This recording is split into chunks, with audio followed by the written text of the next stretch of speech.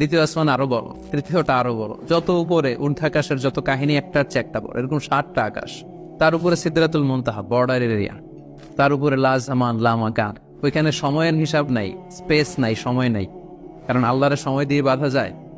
আমাদের যেমন বসতে জায়গা লাগে, আল্লাহর পজিশন নিতে কি জায়গার প্রসঙ্গটা আসে না? কারণ লাইসা কামিসলিহি শাই, উনি কারো মতো না, উনি উনার মতো। ওয়ালাম ইয়াকুল্লাহু কুফুয়ান আহাদ, তার মতো কেউ নাই। তো তিনি কার মতো? তিনি তার মতো।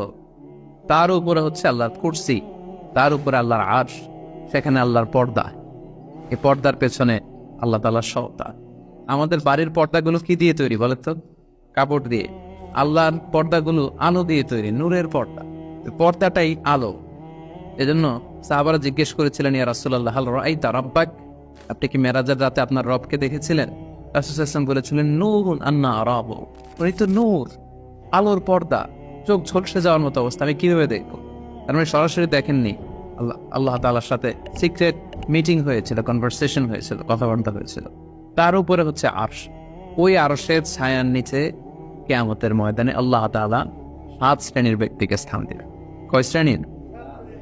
7 শ্রেণীর ব্যক্তিকে স্থান দিবেন, যে দিনটা হবে 50,000 সানা মিম্মা তা'উদ্দুন, 50,000 বছরের সময় একটা দিন, কিয়ামতের দিন। 50,000 বছর মানুষগুলো সব হয়রান হয়ে যাবে। ইউহশারুন নাসু ইয়াউমাল কিয়ামাতি হুফাতান উরাতান মুশাতান গুরলা। রাসূল সাল্লাল্লাহু আলাইহি ওয়াসাল্লাম বললেন, প্রতিটি মানুষ হুফাত, কারো পায়ে জুতা নেই। আমাদের প্রত্যেকের জুতা আছে না আজকে? সেদিন জুতা থাকবে না। উরাতান, নেকেট, উলঙ্গ, গাড়ি নাই, কিছু নাই, ঘোড়া নাই, গুরলা, জন্মদিনের পোশাকে সবাই পাগলের মতো। আমাদের আসে বলেন, ইয়া রাসূল এটা কেমন কথা? কারো গায়ে যদি ড্রেস না থাকে তো সবাই লজ্জা পাবে না? একে অন্যকে দেখে হাসাহাসি করবে না?